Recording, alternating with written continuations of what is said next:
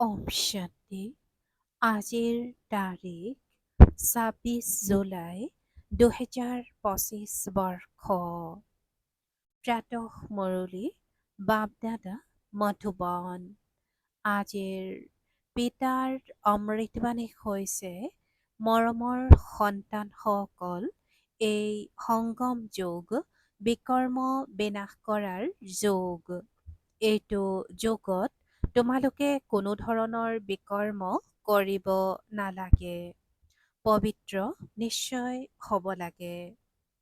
আৰু আজিৰ প্ৰশ্ন, অতীন্দ্ৰিয় সুখৰ অনুভৱ কোনসকল সন্তানৰ হ'ব পাৰে?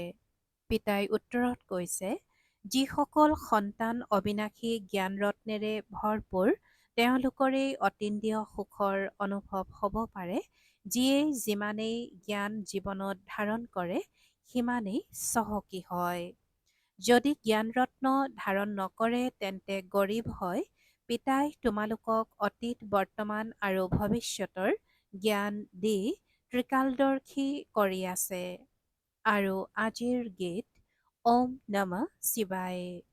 ওম শান্তি। অতীতেই এতিয়া বৰ্তমান, আকৌ এয়া যি বৰ্তমান সেয়া অতীত হৈ যাব। অতীতেই এতিয়া বৰ্তমান, আকৌ এয়া যি বৰ্তমান সেয়া অতীত হৈ যাব। এয়া অতীতৰ গায়ন কৰা হয়। এতিয়া তোমালোক পুৰুষোত্তম সংগম যুগত আছা। পুৰুষোত্তম শব্দটি নিশ্চয় উল্লেখ কৰিব লাগে। তোমালোকে বৰ্তমানক দেখি আছা। যি অতীতৰ গায়ন আছে, সেয়া এতিয়া বাস্তৱত হৈ আছে। এই ক্ষেত্ৰত কোনো সংশয় উদয় হ'ব নালাগে। সন্তানসকলে জানে যে এতিয়া সংগম যুগো হয়, কলিযুগৰ অন্তও হয়। পিতাই কৈছে, সন্তানসকলে জানে যে এতিয়া সংগম যুগো হয় আৰু কলিযুগৰ অন্তও হয়। যথাযথ সংগম যুগ ৫,০০০ বছৰ পূৰ্বে অতীত হৈ গৈছে। আকৌ এতিয়া আকৌ বৰ্তমান। এতিয়া পিতা আহিছে, ভৱিষ্যতেও সেয়াই হ'ব যি অতীত হৈ গ'ল। পিতাই ৰাজযোগ শিকাই আছে, আকৌ সত্যযুগত গৈ ৰাজ্য পাবাগৈ। এতিয়া হৈছে সংগম যুগ। এইটো কথা তোমালোক সন্তানসকলৰ বাহিৰে আন কোনেও নাজানে। তোমালোকে বাস্তৱত ৰাজযোগ শিকি আছা। এইটো অতি সহজ। যিয়ে সৰু বা ডাঙৰ সন্তান আছে, সকলোকে এটা মুখ্য কথা নিশ্চয় বুজাব লাগে যে পিতাক স্মৰণ কৰা, তেতিয়া বিকৰ্ম বিনাশ হ'ব। যিহেতু এতিয়া বিকৰ্ম বিনাশ হোৱাৰ সময়, সেয়েহে এনেকুৱা কোন থাকিব যিয়ে বিকৰ্ম কৰিব, কিন্তু মায়াই বিকৰ্ম কৰাই দিয়ে। বুজি পায় যে চৰ খালো মোৰ দ্বাৰা, এইটো ডাঙৰ ভুল হৈ গ'ল। যিহেতু পিতাক আহ্বান জনাই যে হে পতিত পাৱন আহক, এতিয়া পিতা পাৱন কৰি তুলিবলৈ আহিছে। গতিকে পাৱন হ'ব লাগে নহয়, ঈশ্বৰৰ হৈ আকৌ পতিত হ'ব নালাগে। সত্যযুগত সকলো পবিত্ৰ আছিল। এই ভাৰতখনেই পবিত্ৰ আছিল। গায়নো কৰে নিৰ্বিকাৰী বিশ্ব আৰু কলুষিত বিশ্ব। তেওঁলোক সম্পূৰ্ণ নিৰ্বিকাৰী, আমি বিকাৰী, কিয়নো আমি বিকাৰগ্ৰস্ত হওঁ। বিকাৰ নামটিয়েই কলুষিত। পতিতেই আহ্বান জনায় যে আহি পাৱন কৰি তোলক। ক্ৰোধীয়ে আহ্বান নজনায়। পিতাও আকৌ ড্ৰামাৰ পৰিকল্পনা অনুসৰি আহে। অলপো ইফাল সিফাল হ'ব নোৱাৰে। যি অতীত হৈ গ'ল, সেয়াই বৰ্তমান হৈ আছে। অতীত, বৰ্তমান, ভৱিষ্যতক জনাজনকেই ত্ৰিকালদৰ্শী বুলি কোৱা হয়। পিতাই কৈছে যে অতীত, বৰ্তমান আৰু ভৱিষ্যতক জনাজনকেই ত্ৰিকালদৰ্শী বুলি কোৱা হয়। এইটো স্মৃতিত ৰাখিব লাগে। এইটো বহুত পৰিশ্ৰমৰ কথা। বাৰে বাৰে পাহৰি যায়। নহলেতো তোমালোক সন্তানসকল কিমান অতীন্দ্ৰিয় সুখত থাকিব লাগে। তোমালোক ইয়াত অবিনাশী জ্ঞান ধনেৰে বহুত চহকী হৈ আছা। যাৰ যিমান ধাৰণা আছে, তেওঁলোক বহুত চহকী হৈ গৈ আছে। কিন্তু নতুন সৃষ্টিৰ বাবে তোমালোকে জানা যে আমি যি কিছু কৰোঁ, সেয়া ভৱিষ্যত নতুন সৃষ্টিৰ বাবে। পিতা আহিছেই নতুন সৃষ্টি স্থাপনা কৰিবলৈ, পুৰণি সৃষ্টিৰ বিনাশ কৰাবলৈ। হুবহু কল্প পূৰ্বৰ দৰেই হ'ব। তোমালোক সন্তানসকলেও দেখিবা, প্ৰাকৃতিক দুৰ্যোগো হ'ব। ভূমিকম্প আহিল আৰু শেষ। ভাৰতত কিমান ভূমিকম্প হ'ব? মইতো কওঁ, এয়াতো হ'বই, কল্প পূৰ্বেও হৈছিল। সেইবাবেইতো কয় যে সোণৰ দ্বাৰকা তললৈ গুচি গ'ল। সন্তানসকলে এইটো ভালদৰে বুদ্ধিত ধাৰণ কৰিব লাগে যে আমি ৫,০০০ বছৰ পূৰ্বেও এই জ্ঞান লৈছিলোঁ। এই ক্ষেত্ৰত অলপো ইফাল সিফাল নহয়। বাবা, ৫,০০০ বছৰ পূৰ্বেও আমি আপোনাৰ পৰা উত্তৰাধিকাৰ লৈছিলোঁ। আমি অনেকবাৰ আপোনাৰ পৰা উত্তৰাধিকাৰ লৈছোঁ, তাৰ গণনা হ'ব নোৱাৰে। কিমানবাৰ তোমালোক বিশ্বৰ মালিক হোৱা, আকৌ ফকীৰ হোৱা। এই সময়ত ভাৰত সম্পূৰ্ণ ফকীৰ। তোমালোকে লিখাও যে ড্ৰামাৰ পৰিকল্পনা অনুসৰি। তেওঁলোকে ড্ৰামা শব্দটি নকয়। পিতাই কৈছে যে তোমালোকে লিখাও যে ড্ৰামাৰ পৰিকল্পনা অনুসৰি, আৰু তেওঁলোকে ড্ৰামা শব্দটি নকয়। তেওঁলোকৰ পৰিকল্পনাই নিজৰ।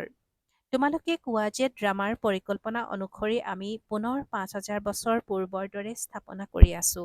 কল্প পূৰ্বে যি কৰ্তব্য কৰিছিলোঁ সেয়া এতিয়াও শ্ৰীমতৰ দ্বাৰা কৰোঁ।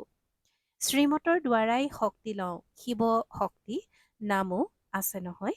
গতিকে তোমালোক শিৱ শক্তি দেৱী হোৱা, যাৰ মন্দিৰতো পূজা হয়।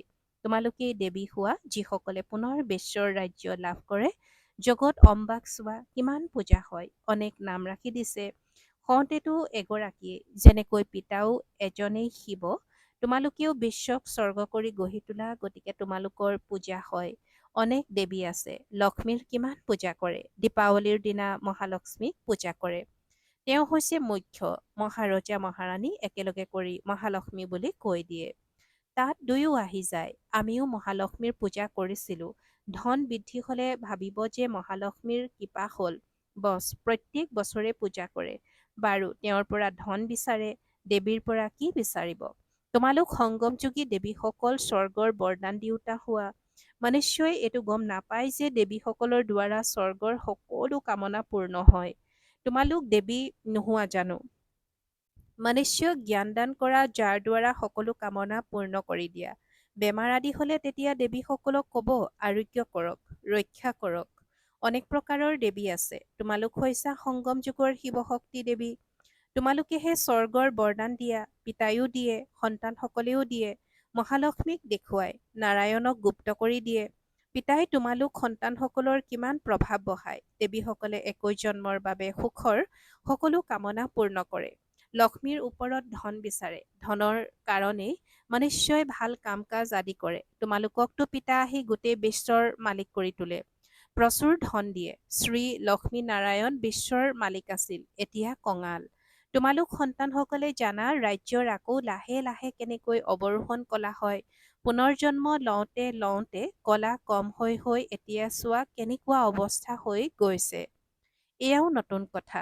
প্ৰত্যেক ৫,০০০ বছৰৰ পাছত চক্ৰ ঘূৰি থাকে। এতিয়া ভাৰত কিমান কঙাল। ৰাৱণ ৰাজ্য কিমান উচ্চ, প্ৰথম নম্বৰত আছিল। এতিয়া শেষৰ নম্বৰত আছে। শেষত নাহিলে তেতিয়া প্ৰথম নম্বৰত কেনেকৈ আহিব? হিচাপ আছে নহয়। ধৈৰ্য সহকাৰে যদি বিচাৰ সাগৰ মন্থন কৰে, তেন্তে সকলো কথা স্ৰোতঃ বুদ্ধিত আহি যাব। কিমান মধুৰ কথা। এতিয়াতো তোমালোকে গোটেই সৃষ্টিচক্ৰক জানি গলা। পাঠ কেৱল স্কুলতেই পঢ়া নহয়। শিক্ষকে ঘৰত পঢ়িবলৈ পাঠ দিয়ে, যাক ঘৰৰ কাম বুলি কোৱা হয়। পিতায়ো তোমালোকক ঘৰৰ বাবে পাঠ দিয়ে। দিনত বাৰু পেছাগত কাম কাজ আদিও কৰা। শৰীৰ নিৰ্বাহটো কৰিবই লাগে। অমৃতবেলাতো সকলোৰে আজৰি থাকে। ৰাতিপুৱাৰ ২-৩ বজাৰ সময়খিনি বহুত ভাল। সেই সময়ত উঠি পিতাক মৰমেৰে স্মৰণ কৰিবা। বাকী এই বিকাৰবোৰেই তোমালোকক আদি মধ্য অন্ত দুখী কৰিছে। ৰাৱণক জ্বলাই, কিন্তু ইয়াৰো অৰ্থ একো নাজানে। বছ কেৱল পৰম্পৰাগতভাৱে ৰাৱণক জ্বলোৱাৰ নিয়ম চলি আহিছে। ড্ৰামা অনুসৰি এইটো নিৰ্ধাৰিত হৈ আছে। ৰাৱণক বধ কৰি আহিছে। কিন্তু ৰাৱণ নমৰেই। এতিয়া তোমালোক সন্তানসকলে জানা যে এই ৰাৱণক জ্বলোৱাটো কেতিয়া বন্ধ হ'ব। তোমালোকে এতিয়া সঁচা সত্যনাৰায়ণৰ কথা শুনা। তোমালোকে জানা যে আমি এতিয়া পিতাৰ পৰা উত্তৰাধিকাৰ প্ৰাপ্ত কৰোঁ। পিতাক নজনাৰ কাৰণে সকলো অনাথ হৈ গ'ল। পিতা যিজনে ভাৰতক স্বৰ্গ কৰি তোলে, তেওঁকো নাজানে। এয়াও ড্ৰামাত নিৰ্ধাৰিত হৈ আছে। চিৰিনামী তমোপ্ৰধান হ'ল, সেইবাবেতো পিতা পুনৰ আহিল। কিন্তু নিজক জানো তমোপ্ৰধান বুলি বুজে? পিতাই কয়, এই সময়ত গোটেই বৃক্ষৰ জৰ্জৰিত অৱস্থা হৈ গৈছে। এজনো শতোপ্ৰধান নাই। শতোপ্ৰধান শান্তিধাম আৰু সুখধামতহে হয়। এতিয়া হৈছে তমোপ্ৰধান। পিতাহে আহি তোমালোক সন্তানসকলক অজ্ঞান নিদ্ৰাৰ পৰা জগায়। তোমালোকে আকৌ অন্যসকলক জগোৱা, জাগি থাকে। যিদৰে মনুষ্য মৰিলে তেতিয়া তেওঁৰ প্ৰতি চাকি জ্বলায়, যাতে আলোকত আহি যায়। এতিয়া এয়া হৈছে ঘোৰ অন্ধকাৰ। আত্মাসকল নিজৰ ঘৰলৈ উভতি যাব নোৱাৰে। যদিও অন্তৰে দুখৰ পৰা মুক্ত হ'বলৈ বিচাৰে, কিন্তু এজনো মুক্ত হ'ব নোৱাৰে। যিসকল সন্তানৰ পুৰুষোত্তম সংগম যুগৰ স্মৃতি থাকে, তেওঁলোকে জ্ঞানৰত্ন দান নকৰাকৈ থাকিব নোৱাৰে। যেনেকৈ মনুষ্যই পুৰুষোত্তম মাহত বহুত দান পুণ্য কৰে, তেনেকৈ এই পুৰুষোত্তম সংগম যুগত তোমালোকে জ্ঞানৰত্ন দান কৰিব লাগে। এইটো বুজি পোৱা যে স্বয়ং পৰমপিতা পৰমাত্মাই পঢ়াই আছে। শ্ৰীকৃষ্ণৰ কথা নহয়, শ্ৰীকৃষ্ণটো হৈছে সত্যযুগৰ প্ৰথম ৰাজকুমাৰ। গতিকে তেওঁ পুনৰ্জন্ম লৈ আহি থাকে। বাবাই অতীত বৰ্তমান ভৱিষ্যতৰো ৰহস্য বুজাইছে। তোমালোক ত্ৰিকালদৰ্শী হৈ যোৱা। পিতাৰ বাহিৰে আন কোনেও ত্ৰিকালদৰ্শী কৰি তুলিব নোৱাৰে। সৃষ্টিৰ আদি মধ্য অন্তৰ জ্ঞান পিতাৰহে আছে। তেওঁকহে জ্ঞানৰ সাগৰ বুলি কোৱা হয়। উচ্চতকৈও উচ্চ বুলি ভগৱানৰহে গায়ন কৰা হৈছে। তেওঁৱেই ৰচয়িতা। স্বৰ্গ স্থাপনা কৰোঁতা ঈশ্বৰ পিতা শব্দকেইটা বৰ স্পষ্ট। স্বৰ্গ স্থাপনা কৰোঁতা। শিৱ জয়ন্তীও পালন কৰে, কিন্তু তেওঁ কেতিয়া আহিল, কি কৰিলে, এয়া একোৱেই নাজানে। জয়ন্তীৰ অৰ্থ কি নাজানে, তেন্তে আকৌ পালন কৰি কি কৰিব? এয়া সকলো ড্ৰামাত আছে। এই সময়তহে তোমালোক সন্তানসকলে ড্ৰামাৰ আদি মধ্য অন্তক জানা। আকৌ কেতিয়াও নাজানা। আকৌ যেতিয়া বাবা আহিব, তেতিয়াহে জানিবা। এতিয়া তোমালোকৰ স্মৃতি উদয় হৈছে। এই চোৰাশীৰ চক্ৰ কেনেকৈ ঘূৰে? ভক্তি মাৰ্গত কি আছে, তাৰ পৰাতো একো প্ৰাপ্তি নহয়। কিমান ভক্তসকলে ভিৰত ঠেকা খুন্দা খাবলৈ যায়। বাবাই তোমালোকক তাৰ পৰা মুক্ত কৰি দিলে। এতিয়া তোমালোকে জানা যে আমি শ্ৰীমতত ভাৰতক পুনৰ শ্ৰেষ্ঠ কৰি গঢ়ি আছো। শ্ৰীমতেৰেহে শ্ৰেষ্ঠ হয়। শ্ৰীমত সংগমতহে পোৱা যায়। তোমালোকে যথাযথ ৰীতিৰে জানা যে আমি কোন আছিলো, আকৌ কেনেকৈ এয়া হৈ গলো। এতিয়া পুনৰ পুৰুষাৰ্থ কৰি আছো। পুৰুষাৰ্থ কৰি কৰি যদি সন্তানসকলে কেতিয়াবা অকৃতকাৰ্য হৈ যোৱা, তেন্তে পিতাক খবৰ জনাবা। পিতাই পুনৰ থিয় হ'বৰ কাৰণে সাৱধান কৰি দিব। কেতিয়াও অকৃতকাৰ্য হৈ থমকি ৰ'ব নালাগে। পুনৰ থিয় হৈ যোৱা। দৰৱ লৈ লোৱা। চাৰ্জনটো বহি আছে নহয়। বাবাই বুজাই পঞ্চম মহলাৰ পৰা বাগৰি পৰা আৰু দ্বিতীয় মহলাৰ পৰা বাগৰি পৰাৰ প্ৰভেদ কিমান। কাম বিকাৰ হ'ল পঞ্চম মহলা। সেয়েহে বাবাই কৈছে, কাম মহাশত্ৰু। কাম বিকাৰে তোমালোকক পতিত কৰিছে। এতিয়া পাৱন হোৱা। পতিত পাৱন পিতাহে আহি পাৱন কৰি তোলে। নিশ্চয় সংগমত পাৱন কৰি তুলিব। কলিযুগৰ অন্ত আৰু সত্যযুগৰ আদিৰ এয়া হৈছে সংগম। সন্তানসকলে জানে পিতাই এতিয়া পুলি ৰোপণ কৰি আছে, আকৌ গোটেই বৃক্ষ ইয়াত বাঢ়িব। ব্ৰাহ্মণসকলৰ বৃক্ষ বাঢ়িব, আকৌ সূৰ্যবংশী চন্দ্ৰবংশীত গৈ সুখ ভোগ কৰিব। কিমান সহজকৈ বুজোৱা হয়। বাৰু মুৰলী যদি নোপোৱাও, পিতাক স্মৰণ কৰা। এইটো বুদ্ধিত দৃঢ় কৰা যে শিৱ বাবাই ব্ৰহ্মাৰ তনৰ দ্বাৰা আমাক কয় যে মোক স্মৰণ কৰা, তেতিয়া বিষ্ণুৰ বংশত গুচি যাবা। সকলো পুৰুষাৰ্থৰ ওপৰত নিৰ্ভৰ কৰে। কল্পই কল্পই যি পুৰুষাৰ্থ কৰিলা, হুবহু সেয়াই চলিব। আধাকল্প দেহ অভিমানী হৈ থাকিলা। এতিয়া দেহী অভিমানী হ'বলৈ সম্পূৰ্ণ পুৰুষাৰ্থ কৰা। এই ক্ষেত্ৰত পৰিশ্ৰম আছে। পঢ়াটো সহজ, মুখ্য হ'ল পাৱন হোৱাৰ কথা। পিতাক পাহৰি যোৱা এইটোতো বহুত ডাঙৰ ভুল। দেহ অভিমানত আহিলেই পাহৰি যোৱা।